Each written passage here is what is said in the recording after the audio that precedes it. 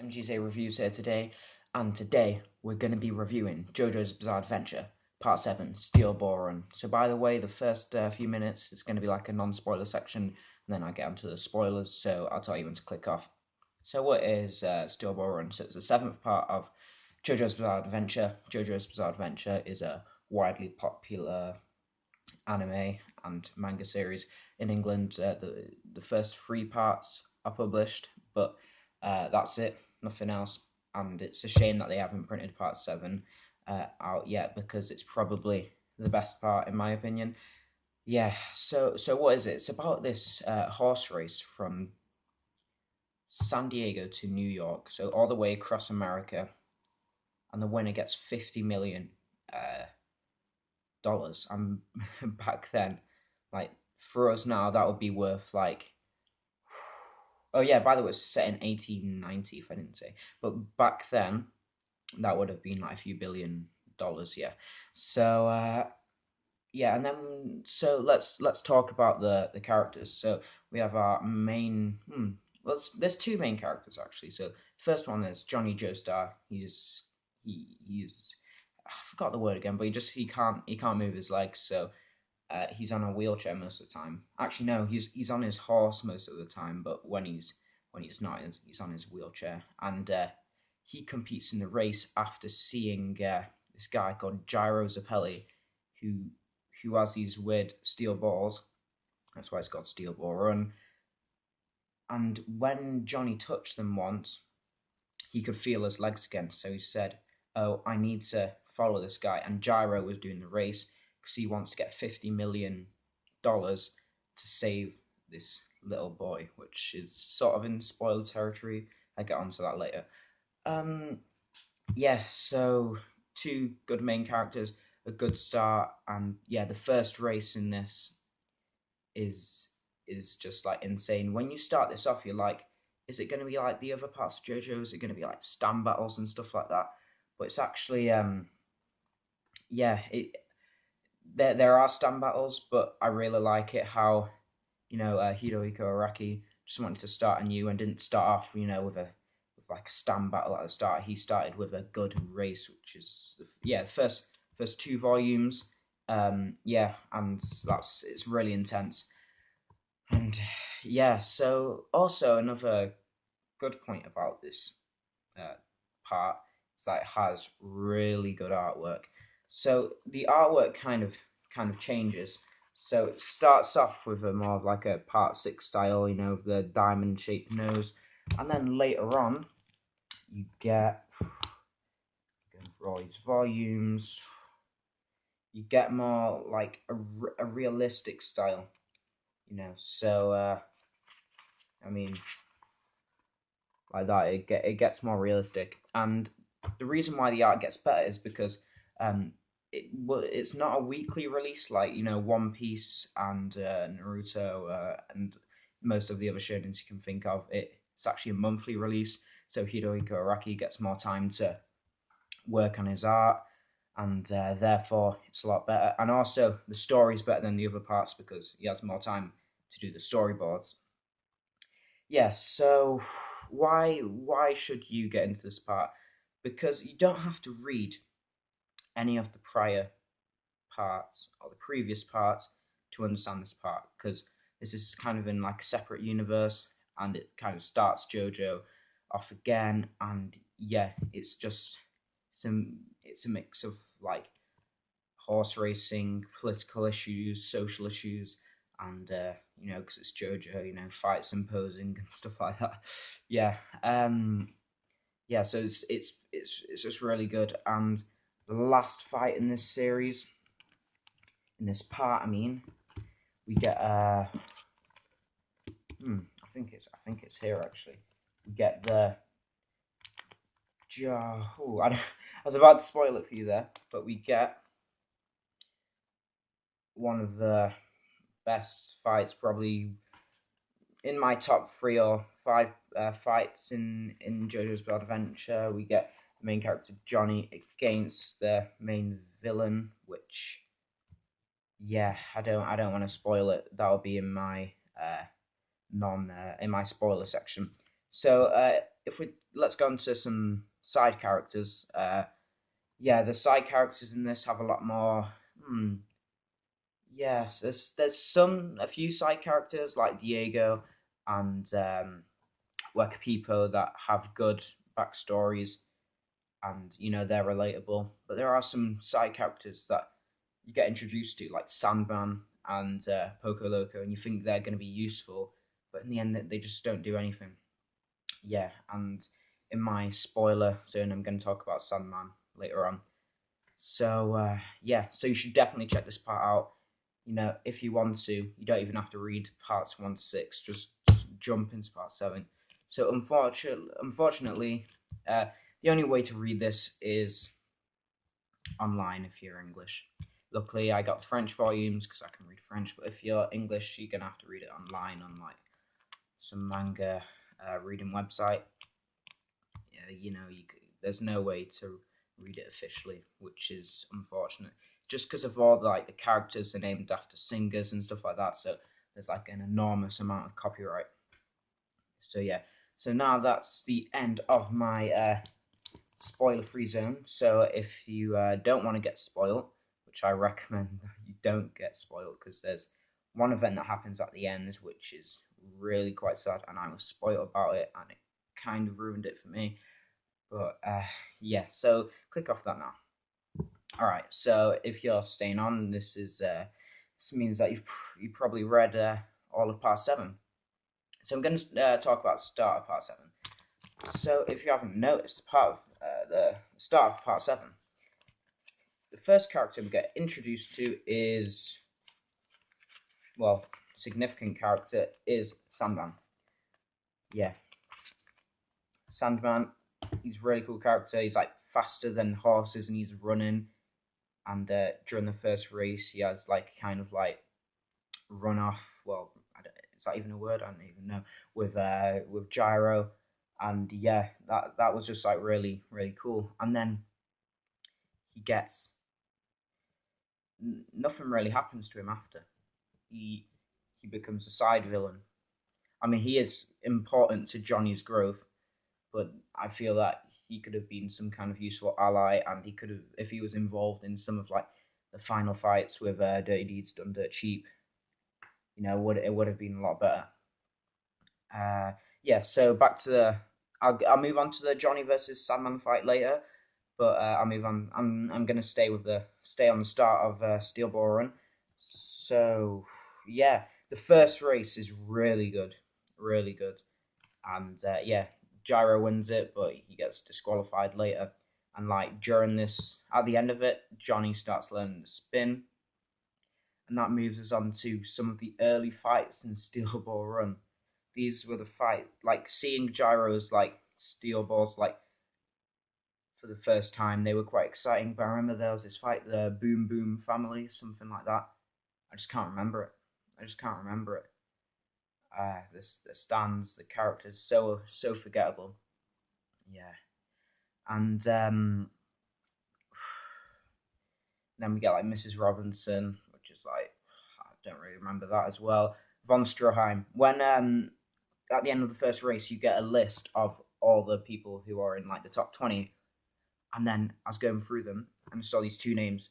One ended with Stroheim, and one ended with Higashikata.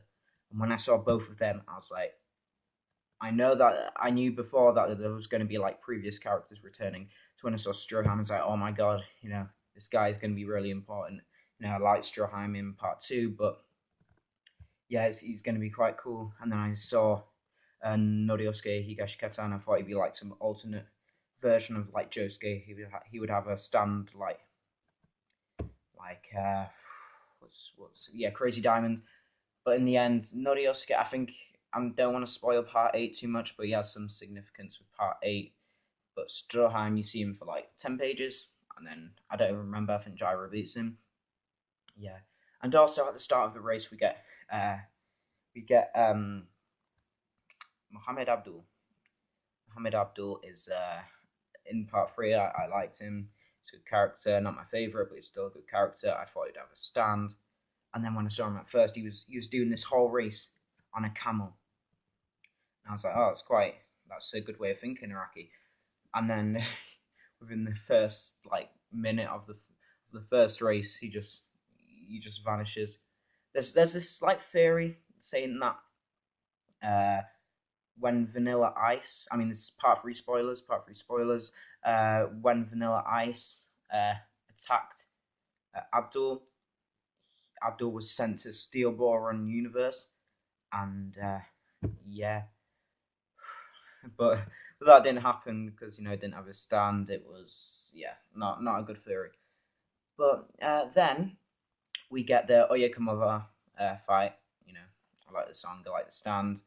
It's like kind of an alternate version of Killer Queen, even though Killer Queen is in. Actually, I don't want to spoil anything for part 8, but yeah, he's just that was a good fight. The first time we see Johnny use a spin on his what's it called again? His nails, yeah, and that was a good fight. And then after that, we get introduced to Funny Valentine, and that is where it starts to heat up. I think around that time we got the introduction to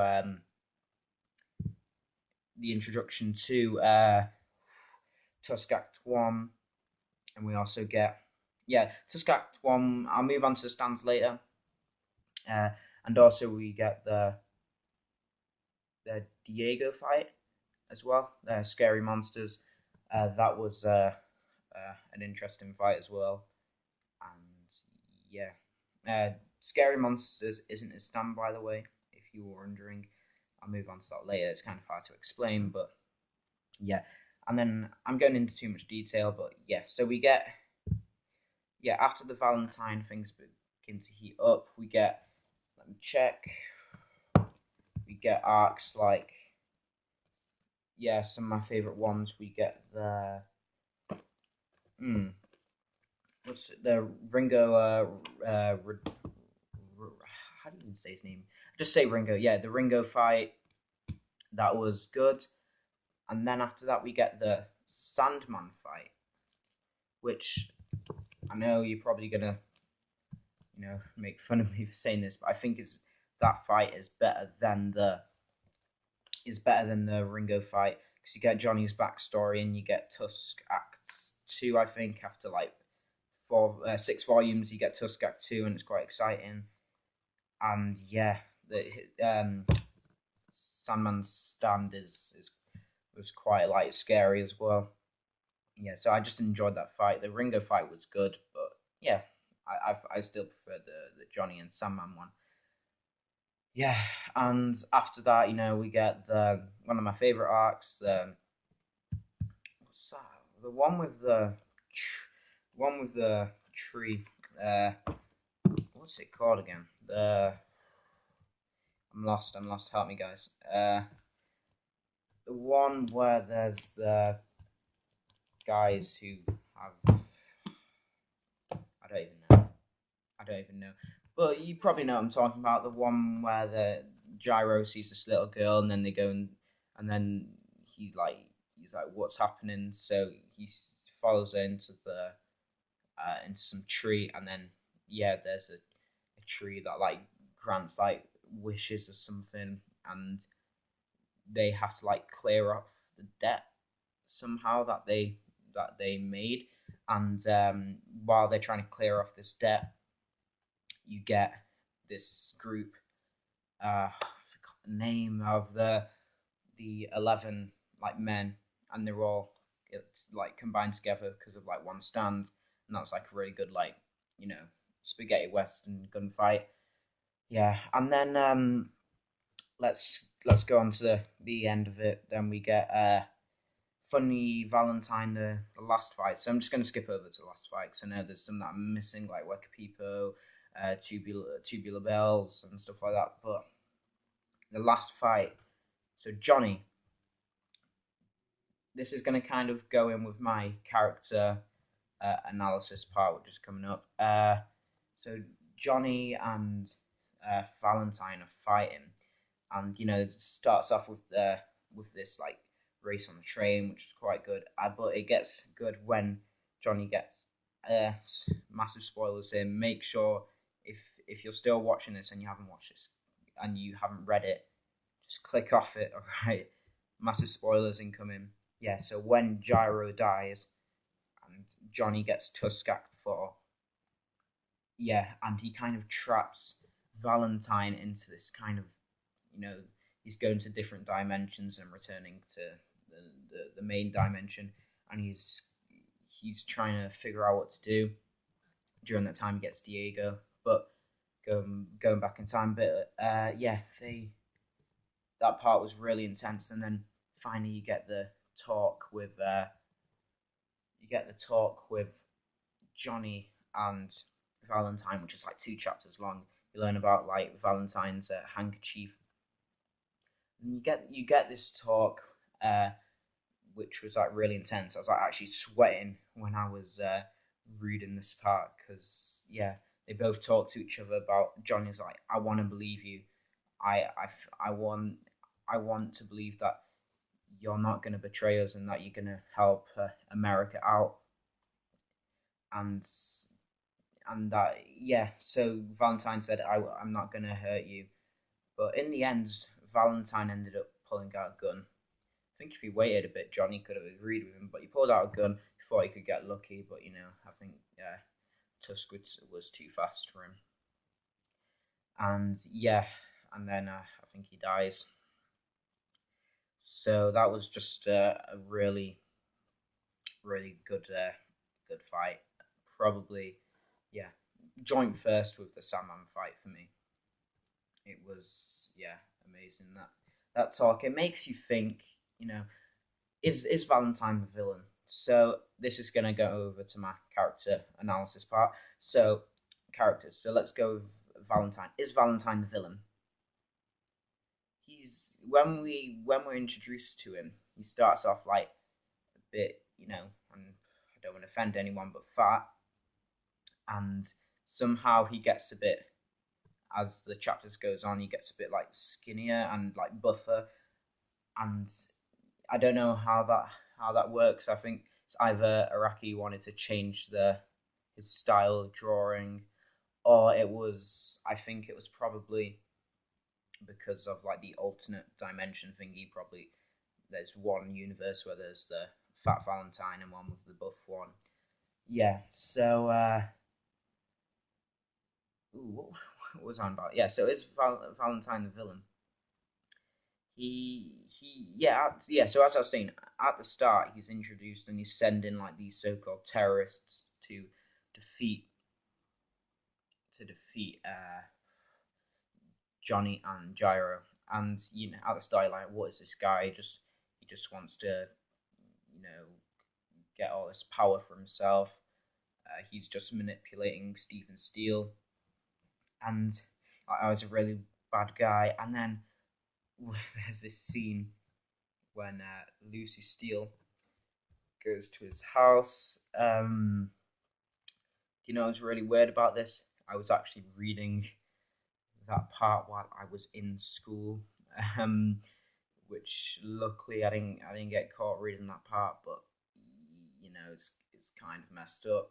And then by then you're like, yeah, really hating, Johnny, kick his ass. And then by the final fight, they have this long talk at the end. I'm trying to see if I can get volume 22.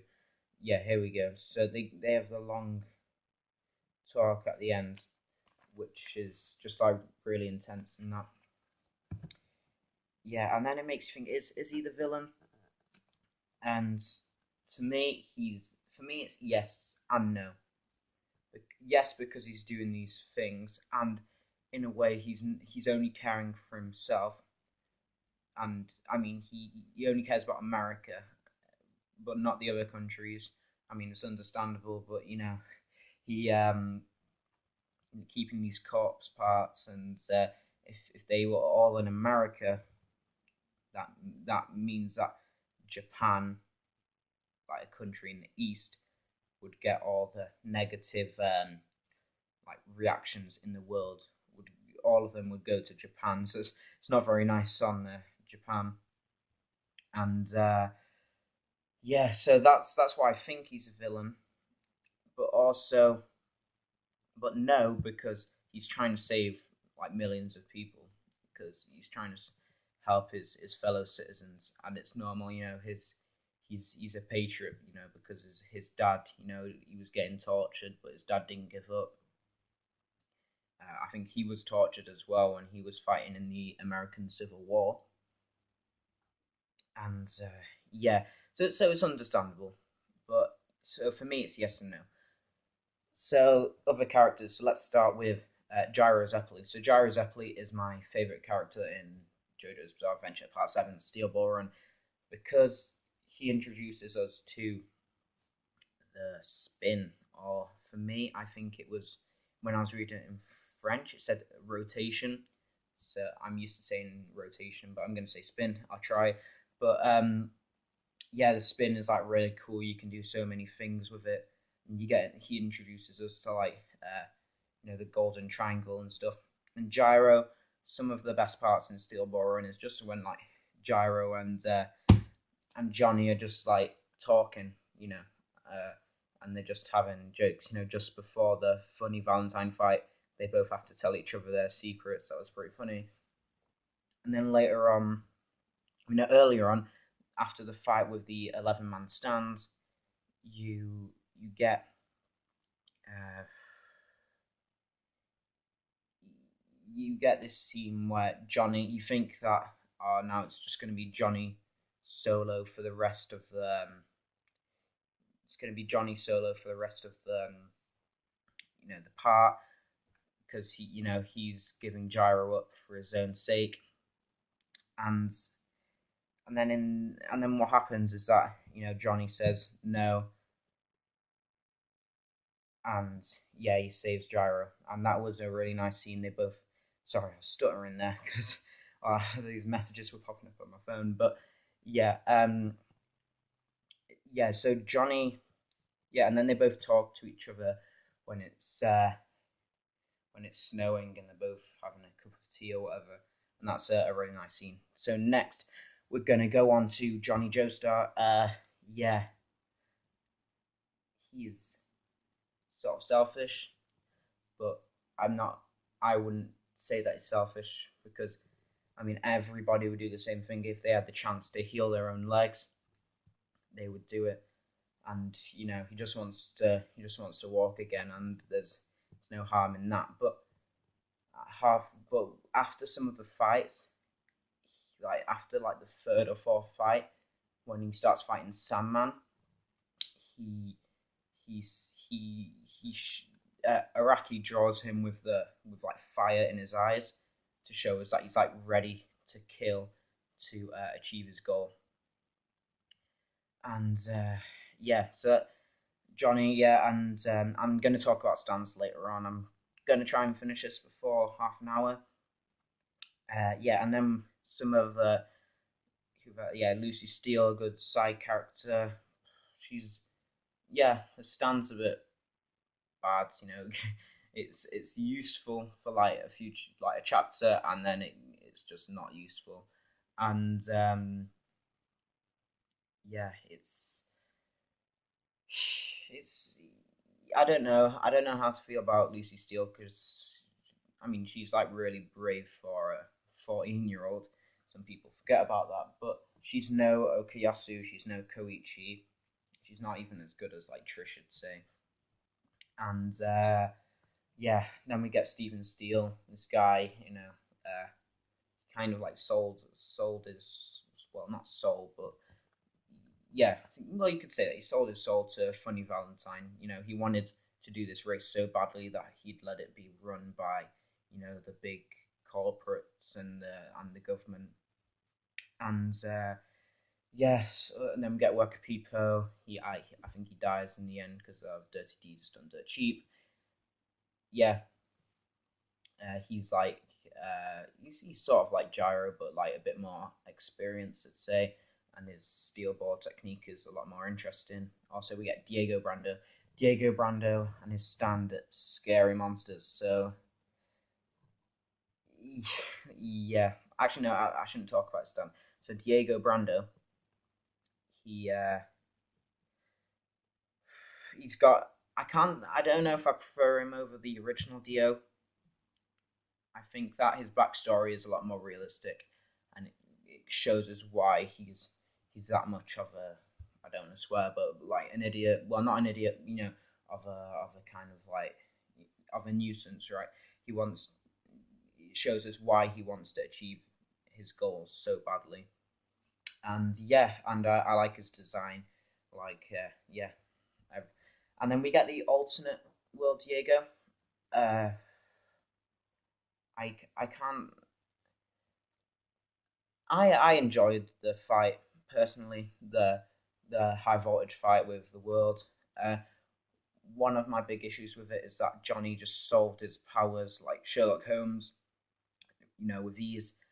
But in part three, like three people had to die to figure out Dio's power. Like yeah, so it's kind of like unrealistic in a way there, and yeah, I think that's it for the characters, and yeah, so I'm gonna the last two segments. Gonna do stands and then the conclusion. Yeah, so stands.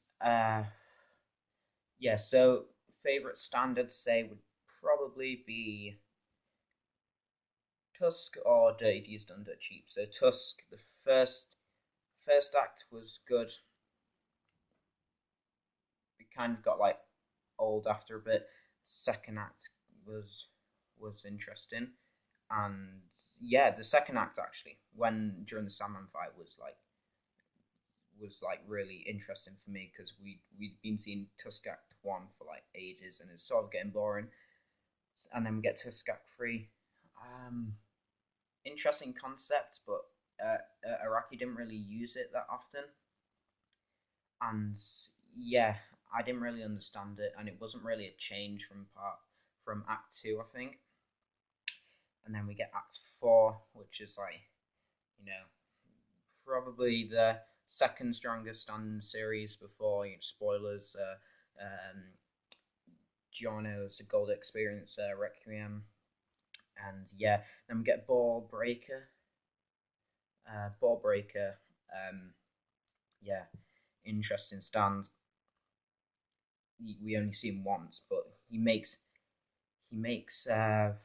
Valentine like old somehow. I forgot how. It's got something to do with like acceleration of time, but because Gyro couldn't get the full rotation behind the steel ball, it wasn't as effective, and it would have killed him, I think, if he got the full rotation. And then we get Scary Monsters, which isn't Dio stand. It's like it's it's this other guy's stand, but because of like the right eye of the corpse part, he somehow got the stand. And yeah, and he's really like he can use it very well. I think better than the other guy because he combines it with Sandman's in a silent way, and that makes like these like dinosaur thingies with sound effects on them. Like it's just weird. And one of the scenes I remember is when I think it's Johnny and uh, Gyro are just going down. I think they're chasing Diego, and Diego like vanishes off his horse, and Johnny and Gyro are like, "What's happening?" And then you suddenly see Diego on top, and he's like, "Just don't mess with me." And then that's kind of like a wake up call for Gyro and Johnny. Just leave him alone, right? And Daidy's done dirt cheap, good stand. Yeah, interesting. So you kind of got to close something together to go into another dimension. But I think, he's quite it's quite like a strong stand as well. I mean, it's like I'd say probably a stronger star platinum because it can like slice someone in two with his hand, like boy, and yeah. Then we get Cream Starter, interesting stand. Trying to think of some other ones. Yeah, the 11 man stand that was interesting, and that tree one I don't even know. Sugar Mountain, something like that, something like that, something Mountain, and yeah, that was an interesting stand. So now I'm going to go to the conclusion, hit the halfway mark. Well, no, not halfway, half an hour mark. But yeah, conclusion. Uh, so at the end of Steel Ball Run, it's a bit unclear to what happens. So what's it called? Yeah. So um, Lucy kills alternate world Diego with his like old like normal world head, and yeah, his there's I think she the corpse parts stay in America. I guess that's what is supposed to be told. I think, but then for some reason Johnny Johnny he's bringing Gyro's uh, you know uh, body body back, and but it's I've before that scene. So when Lucy's keeping the corpse parts in America, she says, "Ah, yes, they're safe here," but she's kind of saying it sarcastically. So I think my theory. I haven't read part 8 yet. I know there's a Johnny flashback in part 8, but I think that the corpse parts went in the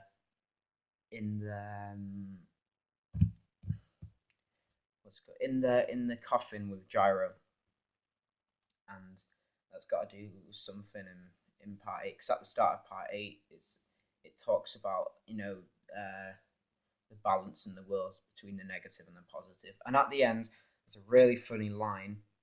Well, it could be sad or funny. I don't know. It says the kid who Gyro was trying to save. It says he later died of a cold, which I assume would be realistic back then. It was more it was easier to die of a cold than execution, and yeah, it kind of shows how Araki wanted to make this part realistic.